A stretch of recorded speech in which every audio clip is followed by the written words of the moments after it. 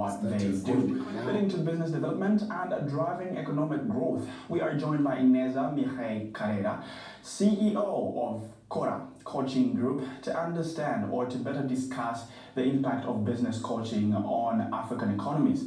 Thanks a lot for creating time to speak to us, Mireille. Now, let's start off with KORA activities.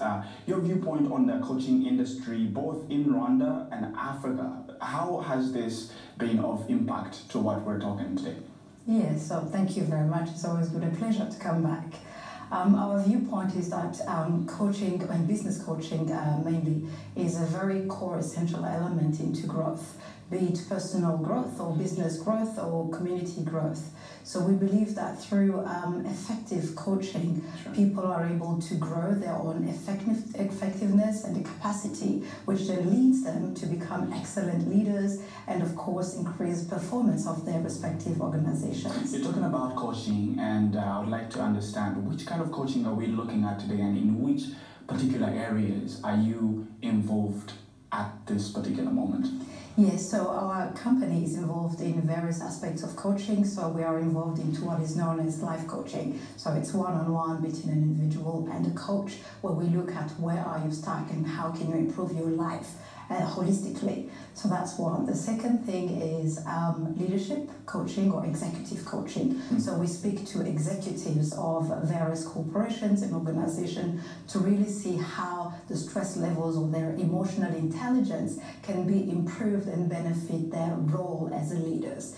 And that also comes with looking at the various leadership levels of an organization, be it at the ExCom level or chairman of boards, ExCom, C-suite, mid-tier management, as well as entry position. So we look at leadership coaching as a whole thing. Also, we look at sales coaching. So what do we mean by sales coaching? We look at issues of customer services. How can you interact better with your customers by ensuring that companies have sufficient relationship management systems that enable them to have excellent relationships with their clients. And also that goes into how you can increase your profits by having sales systems in place, be it training your sales team to be excellent sales. So it's the thing they talk about being a hunter or a farmer. So we look at whether you are an account manager or a new sales business executive, and we coach individuals to really help the organization maximize on profit.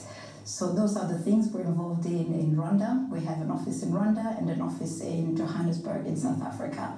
Our clients range from organizations which are listed on stock exchanges or SMEs or any other organizations. In Rwanda particularly, we have clients who are in the banking sector, corporates as well as NGOs as well that reach out to us to help their teams with retreats as well as facilitating leadership workshops.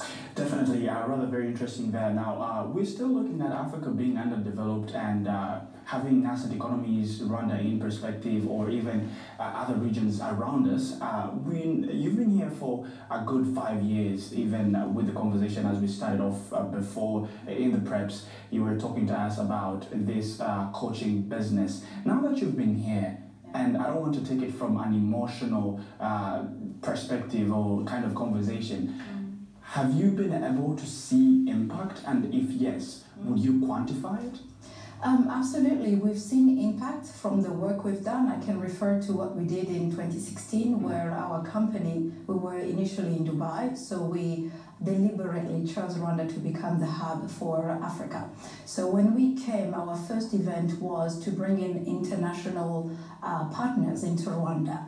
So the impact was organizing a Global Women Summit, which was led by myself and my company, along with other partners such as the IFC, World Bank, and UFS's New Voices. So the impact was us coaching executive women from the Chamber of Women Entrepreneurs. So we help them coach them to get proper business plans. So usually what you will see in Rwanda or Africa generally, you would have SMEs or small businesses being in place but not having the right business plans in place. So through our work, we partnered with IFC so we can get the proper business plans involved.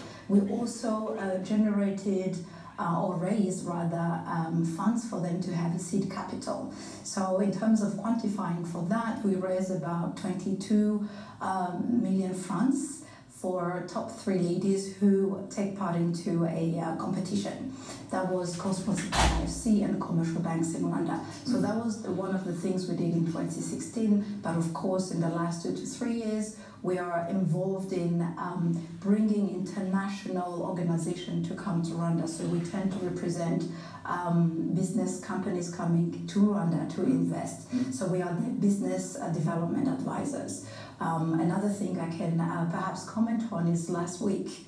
So last week we celebrated Africa Day. Africa Day, yeah. Correct, and we had brought in a delegation from South Africa, who are partners from Joburg office, and the group of 40 plus women came to Rwanda because they saw Rwanda as the women's capital of Africa. So seeing that our country is doing pretty well in rankings of breaching the gender gap. So we brought the women who, of course, had interactions with our Rwandan women in businesses, but also in organization. RDB was one of our partners. RCB, which is the Rwanda Convention Bureau, interacted with us and our partners from South Africa. We also got the Honorable Minister of Gender in Ghana participating. So the impact of us being the hub when it comes to economic empowerment of women through our coaching and advisory, so that now a group of South African women, Rwandan women, are going to Ghana in August in order for us to continue sharing and coaching each other when it comes to increasing our business profit margin. I think anyone can commend Rwanda's strides to promote women and empower women in different sectors. But now you as a business coach that has been around for quite a good time now, have you seen now with them understanding exactly what your role is? Because you might be doing this and some businesses or entrepreneurs are like, we don't necessarily understand what business coaching is or what it's going to further our business like. So have they picked this, the understanding? Yeah, no, you're absolutely right. I think it took us some time to do an education of the market. Coaching as a business globally is quite a new branch. I think it's an industry which is perhaps 40 years old globally. It started 40 years. And we're only seeing 5 years of that here. KORA in Rwanda. So when you look at it in America, the industry itself it's worth over $11 billion. And there was a recent study by PwC and ICF, the International Coaches Federation, which then got to survey global coaches around the world. It said that in Africa and the Middle East, the revenue of the coaching industry is about $73 million. So that is predominantly from South Africa, Kenya, Nigeria, so the big hubs in Africa. Now, back to your question about Rwanda, yes, it's a new thing. So us as one of the 3 companies in the country, that's you and us, another, no, and there are 2 other coaching companies. No, I only say that because you said on the top that PwC is one of the biggest. So yes, I'll get to that. So I was they wondering, did a global since they're survey. here, they'll probably be engaged with that as well. But I think that's a very good point. We should now do a localized survey. The survey didn't include Rwanda at all, which is why we realized that we must do something as an organization. So we set up a coaching academy. So with the KORA Coaching and Business Academy, our role and our legacy to the country is to ensure that Rwanda gets the benefits of coaching. So yes, it has taken 2 years of market research and studying and educating the market on the benefits of coaching in Rwanda. And also we want to be contributing to those $73 million of the overall African contribution to the coaching revenues. So what have we been doing and the resonance of that? I think we're getting there. So we started our first semester of coaching leaders to become certified professional coaches. So out of the first academy in Rwanda, we are now pleased to say that we will have made in Rwanda coaches certified by a Rwandan-based coaching academy versus academies in the UK versus academies in South Africa or in America. So we are quite proud about the work we've done. The enrollment level is still low because it's a gradual thing. It will take time for people to really see the benefits. Definitely. Yeah. But when do you see this now picking up and taking a boom in the market? Like where do you see the coaching industry in at least 5 coming years or the foreseeable future per se?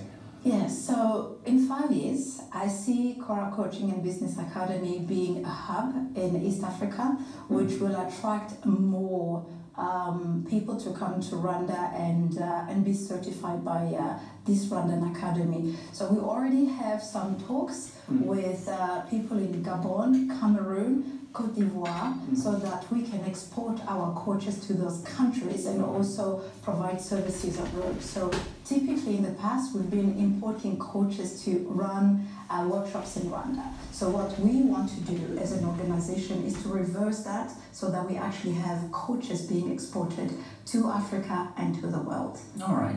Thanks a lot. That was Mireille speaking to us about the coaching business in the country, but how much it's going to have in development for Africa as well. $73 million in the industry.